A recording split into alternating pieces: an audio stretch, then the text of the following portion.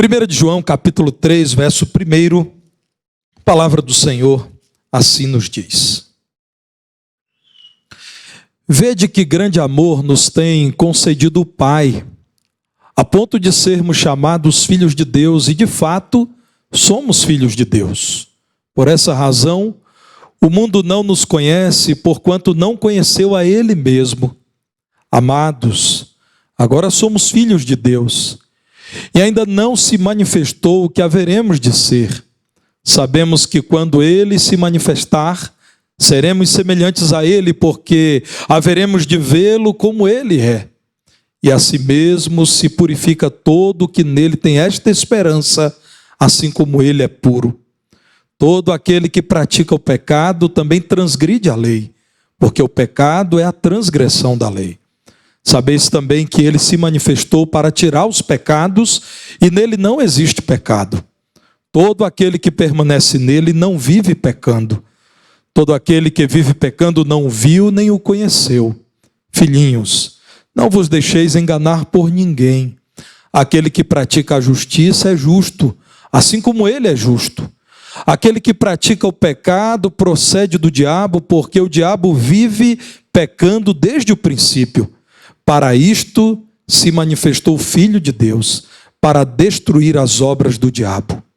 Todo aquele que é nascido de Deus não vive na prática de pecado, pois o que permanece nele é a divina semente. Ora, esse não pode viver pecando, porque é nascido de Deus. Nisto são manifestos os filhos de Deus e os filhos do diabo. Todo aquele que não pratica justiça não procede de Deus, nem aquele que não ama a seu irmão. Pode assentar.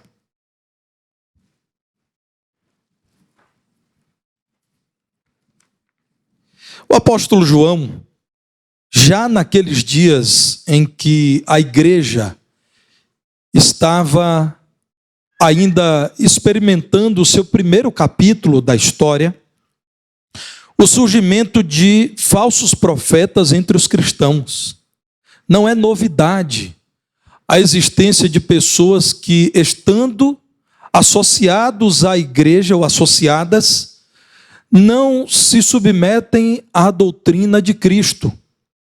Compõem de modo visível a igreja, mas não confirmam o ensino daquele que é o Senhor e cabeça da igreja. Havia nos dias de João gente negando que Cristo veio ao mundo em carne. E a implicação mais comum dessa heresia é que muita gente dizia: olha, se Cristo não tinha um corpo real, então para Ele, para o nosso Deus, não importa o que fazemos com o corpo, o que importa é o espírito. Eles viviam uma vida gnóstica, e o gnosticismo acabava levando pessoas a desprezarem o templo do Espírito Santo, que é o nosso corpo, e aceitarem praticar vários pecados, porque, como eu disse, supunham que Deus apenas estava interessado no espírito, como se o Senhor não tivesse nos criado como uma espécie de unidade dinâmica, corpo, alma e espírito. Na igreja, a constatação do apóstolo amoroso João é que a vida do mundo estava cada vez mais recebendo adesão. Notem no versículo final que li agora no início, o verso 10, que João está dizendo: irmãos, todo aquele que não pratica justiça não procede de Deus, nem aquele que não ama seu irmão. João está dizendo: aquele que com o seu corpo pratica o mal, aquele que peca contra a lei de Deus, não é filho de Deus, é filho do diabo. Aquele que não ama o seu irmão, aquele que odeia o seu irmão, não é filho de Deus, é filho do diabo. São declarações contundentes, irmãos, mas são declarações verdadeiras. João escreveu aos cristãos dos seus dias sob inspiração do nosso Deus, para lembrar a igreja que Cristo veio ao mundo em carne. O Verbo se fez carne e habitou entre nós, para lembrar que todo aquele que não confessa que Jesus, o Filho de Deus, veio em carne, não procede de Deus. João está dizendo que Jesus veio em carne para manifestar-se como homem, como modelo, a fim de que nós, os regenerados, soubéssemos como devemos viver e nos comportássemos como filhos legítimos. Então, na introdução do capítulo 3, ele diz: meus irmãos, Deus nos tem concedido, porque Ele é amoroso, um grande privilégio de sermos chamados, de sermos identificados como filhos de Deus. E é interessante notar como João enfatiza isso, dizendo: e de fato nós somos filhos de Deus. João diz: não há quem possa negar a nossa filiação. Fomos adotados em Cristo, porque nele passamos a fazer parte da família da fé, a família de Deus, e agora somos filhos de Deus. E aqui está a razão pela qual o mundo não nos conhece. No verso 2 ele diz: agora regenerados, agora aceitos e unidos a Cristo, nós somos filhos de Deus. Sabemos que em sua parousia, em sua volta, em seu novo advento, nós seremos como Ele é hoje, com corpos glorificados, viveremos eternamente na presença dEle. Todavia, é necessário valorizarmos a vida na carne, isto é, a vida neste corpo, neste tabernáculo terrestre. Jesus assim viveu aqui. Nós devemos viver uma vida santa, até que estejamos eternamente transformados com Ele no céu. Para isto, o Filho de Deus se manifestou, meus irmãos, para desfazer o pecado. A primeira grande verdade que João está dizendo, e ele diz isso no presente do indicativo, o sentido é de uma ação contínua. João está dizendo a esses irmãos no verso 3, assim se purifica todo que nele tem esta esperança, a esperança de viver unido a Ele eternamente no céu. Todo aquele que contempla a certeza da salvação e o seu destino celestial se prepara para isso, vivendo de modo santo, como santo Ele é. E no verso 4 ele diz: porque todo que pratica o pecado é transgressor da lei, rasga a lei de Deus. Pecar é desprezar a palavra de Deus. João está dizendo que quem está em Cristo não está pecando, ou como está na Nova Versão Internacional, não vive pecando, não vive na prática do pecado. João diz: Jesus nunca pecou, e porque Ele é santo, Ele repudia o pecado. No verso 5 é dito que Ele se manifestou para tirar os pecados, e nele não existe pecado, porque Jesus veio a esse mundo. E qual é a consequência do seu Natal, do seu nascimento? Jesus veio a esse mundo, irmãos, para desfazer as obras do diabo. E as obras do diabo se manifestam na pecaminosidade humana. Jesus é opositor de Satanás, porque Satanás ama o pecado, porque Satanás ama a mentira e é o seu pai, porque Satanás é aquele que opera as obras das trevas. Saibam, irmãos, que a cultura libertina dos nossos dias já foi vista em outras épocas da igreja e o cristianismo nunca validou. Não será agora que a verdadeira igreja aceitará a agenda gnóstica de que o Senhor quer saber se você está presente nesse culto, entrega o seu dízimo e você ora antes das suas refeições, mas Ele não está interessado no mais da sua vida, não. O cristianismo não é um sistema superficial de orientação básica da vida em sociedade. O cristianismo é nova vida. Paulo diz: quando eu estive entre vocês, falando aos coríntios, eu não tive outro assunto que mais me tomou o coração do que falar de Cristo e este crucificado. Nada mais importa do que ser uma nova criatura em Cristo. Irmãos, eu busquei uma declaração do século XI de um papa da Igreja de Roma, Adriano VI. Adriano VI demonstrou que era uma pessoa moralmente correta. E muito embora não sejamos romanos, mas tem um valor histórico precioso aquilo que Adriano VI disse. Ele disse o seguinte: dos seus dias, século XI, quase um milênio atrás, o vício tornou-se tão natural que os que por ele foram manchados não sentem mais o fedor do pecado. O Papa Romano daqueles dias disse: olha, as pessoas já nem mais parecem se incomodar com a prática do pecado. John MacArthur, conhecido escritor, pastor norte-americano, diz da nossa época que quando a tolerância é valorizada acima da verdade, a causa da verdade sempre sofre.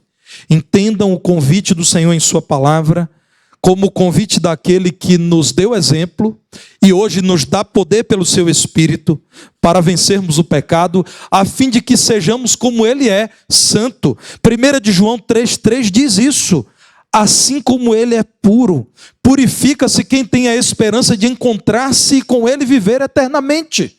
Então Jesus veio ao mundo antes de tudo para desfazer o pecado.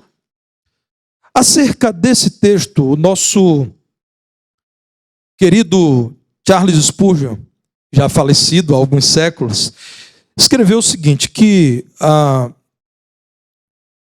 o amor é a marca essencial do verdadeiro Filho de Deus. Deus é amor. E, portanto, quem é nascido de Deus deve amar. Ódio, inveja, malícia, falta de amor. Essas não são as coisas que podem ser encontradas nos filhos de Deus. Se elas não são encontradas em você, você não é um dos filhos dele.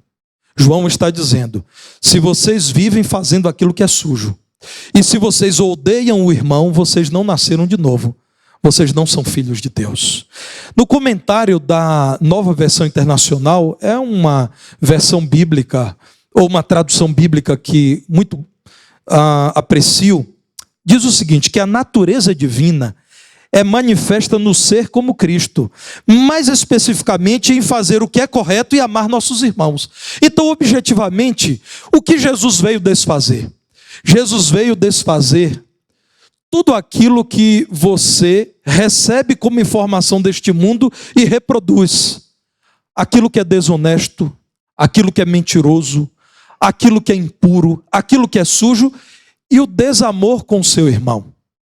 Nós temos ao longo desse ano estudado o tema Vivamos o Verdadeiro Amor e nos pequenos grupos da igreja temos tratado dos mandamentos mútuos da vida cristã, da mutualidade da fé. E o Senhor tem nos falado isso, irmãos, com uma intensidade que certamente nos leva a entender que o Senhor quer que atentemos para essas verdades.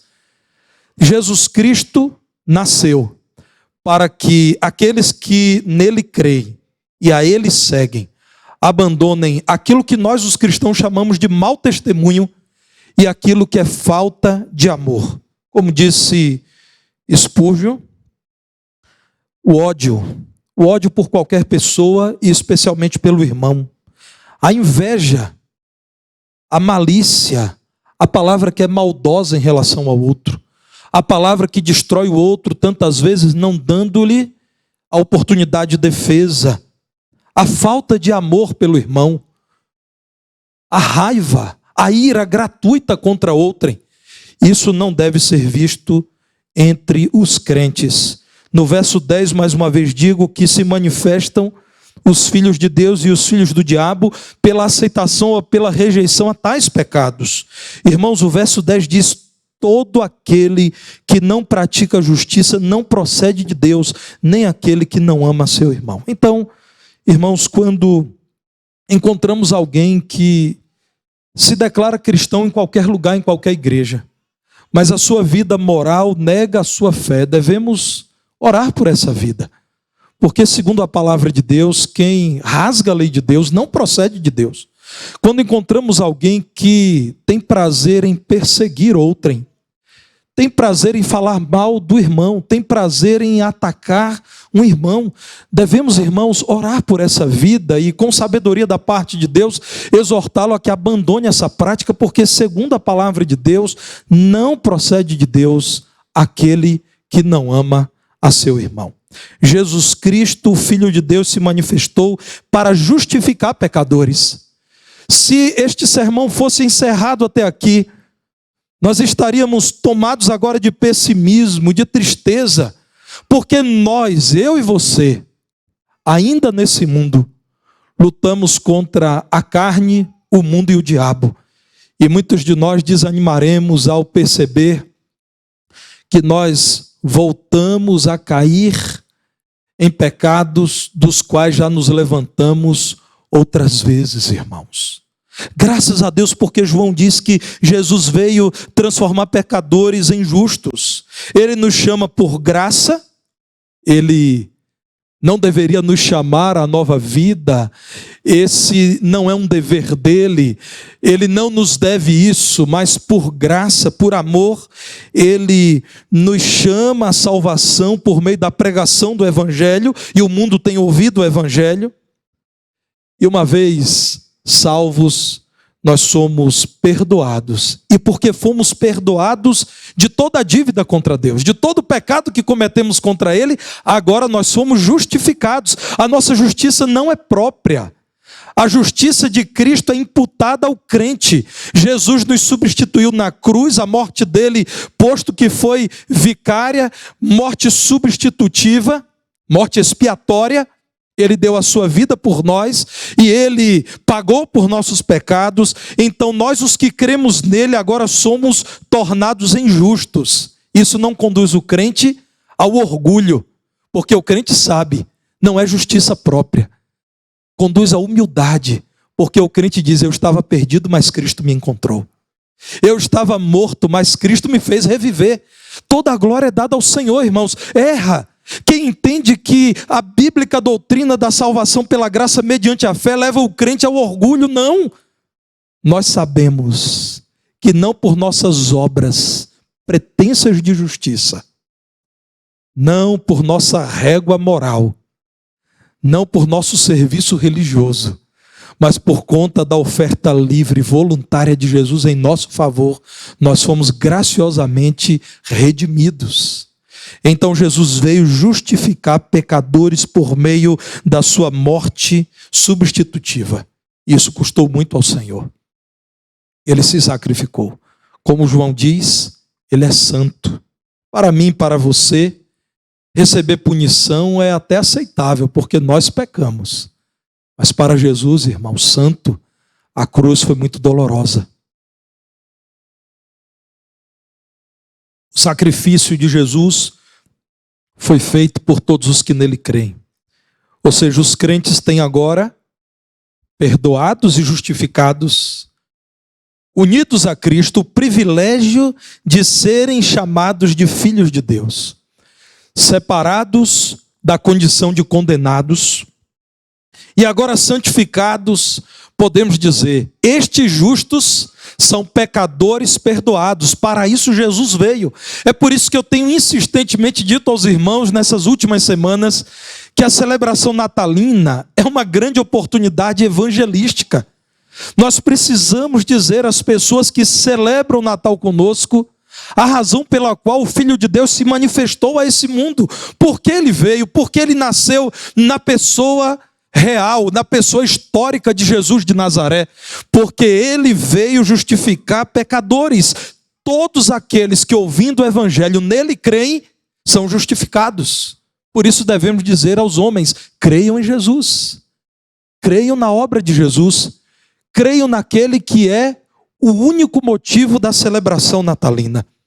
Só pode praticar perfeitamente a justiça quem conhece aquele que é justo e por ele é sustentado. É por isso que no verso 7 João diz: filhinhos, quem pratica a justiça é justo, assim como ele é justo.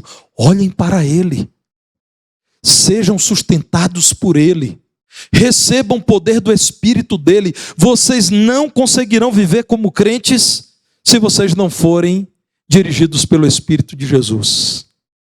Como quis o pai dizer ao seu filho que, em época de carnaval, disse ao pai: pai, eu sou crente, mas eu gostaria de participar do carnaval neste ano. O pai disse: filho, o carnaval não é lugar para crente. E então o filho disse: pai, o que é que custa ir lá conhecer e ouvir algumas músicas?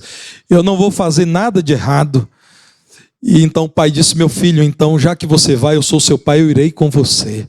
Ele disse: não, pai, o senhor não. Eu teria muita vergonha de participar do carnaval na sua presença. O pai então respondeu: se você teria vergonha de mim participando do carnaval, por que você não terá vergonha do seu Deus, que te verá no circuito do carnaval? Por que você teme mais a mim, disse o pai, do que a Deus?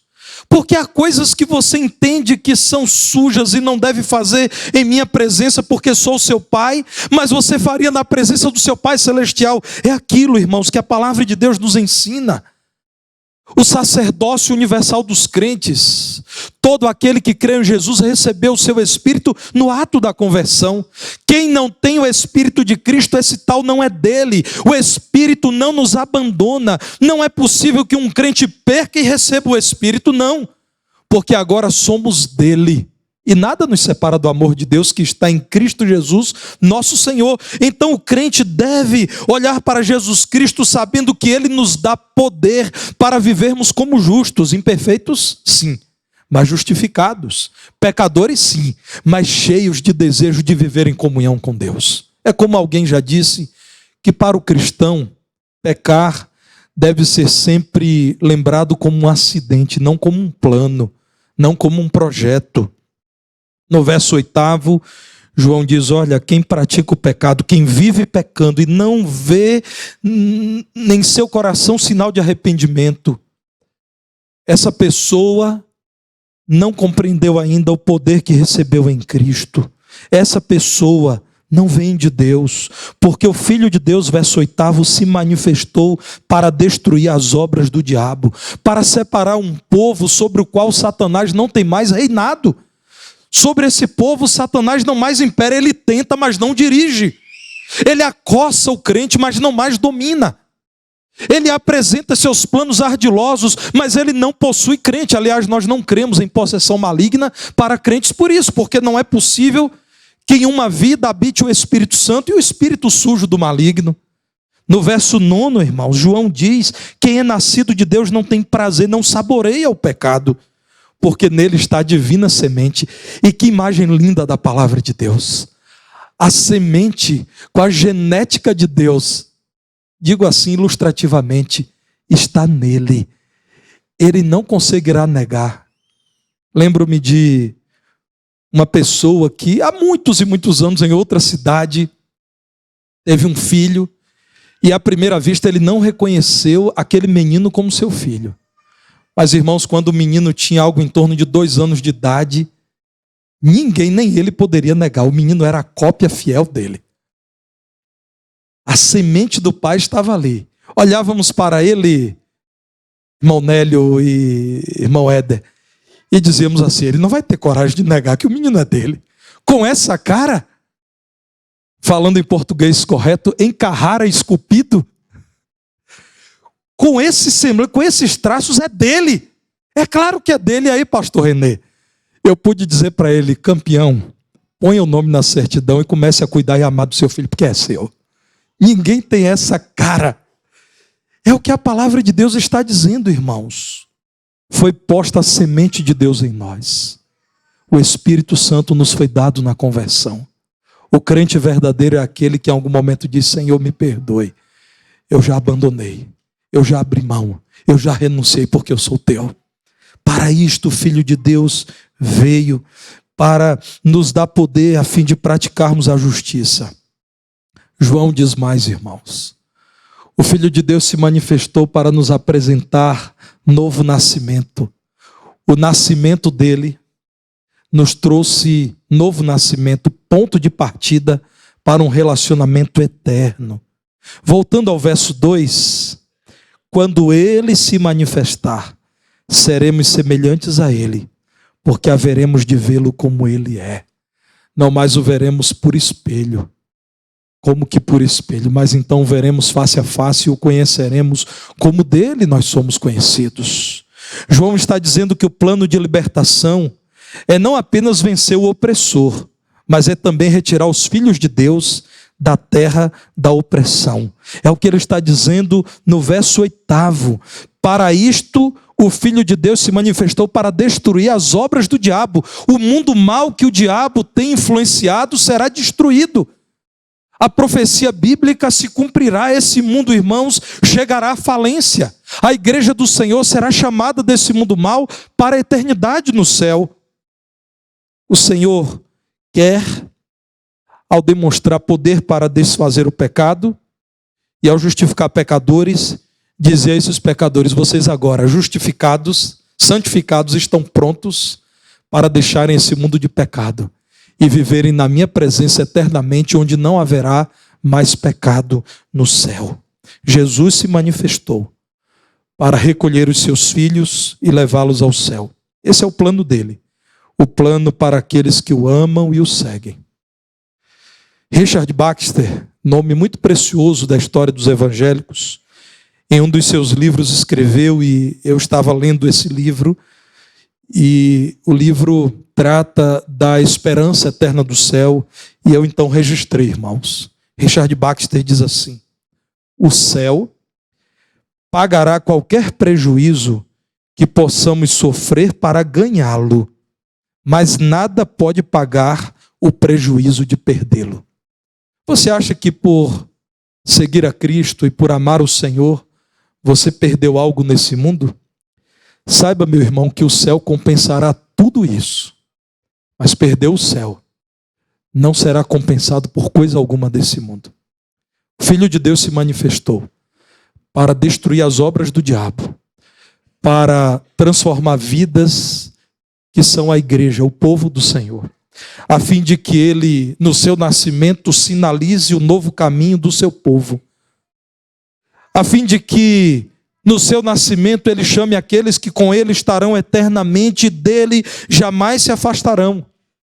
Nesse tempo em que falamos sobejamente do nascimento de Jesus, precisamos dizer isso às pessoas. Irmãos, nós valorizamos a celebração do Natal, esta igreja ama as luzes do Natal, nós gostamos da música natalina, dos hinos que contam a história, nós celebramos ao máximo, nós produzimos devocionais, nós escrevemos sobre isso, nós nos encontramos para cantar a mensagem do Natal, e tudo isso é maravilhoso. Todavia, esta celebração será empobrecida por nós se não formos capazes de esclarecer a esse mundo superficial quando o assunto é a vida espiritual, se não formos capazes de esclarecer: Jesus veio a esse mundo porque esse mundo estava em trevas.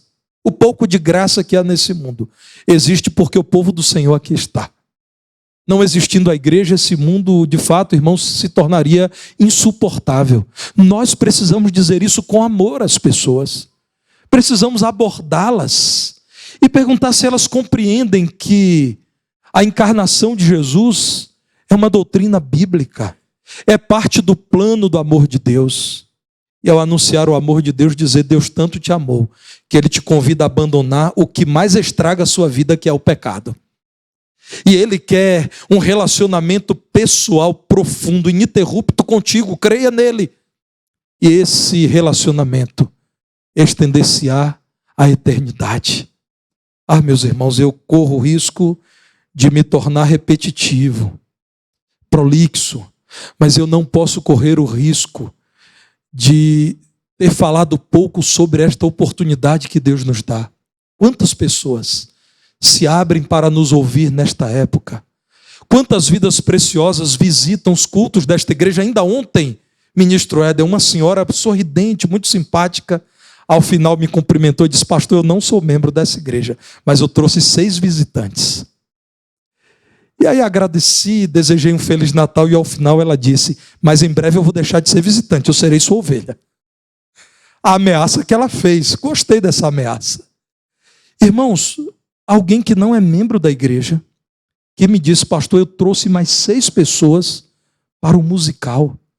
Vejam, irmãos, portas que se abrem. Corações que com alegria dizem: me falem sobre o Natal. Não devemos perder a oportunidade de dizer: você sabe, ou vocês sabem, a razão pela qual o Filho de Deus se manifestou em carne, apareceu aos homens, veio a este mundo. Vocês sabem dizer por que Jesus realizou esta obra extraordinária?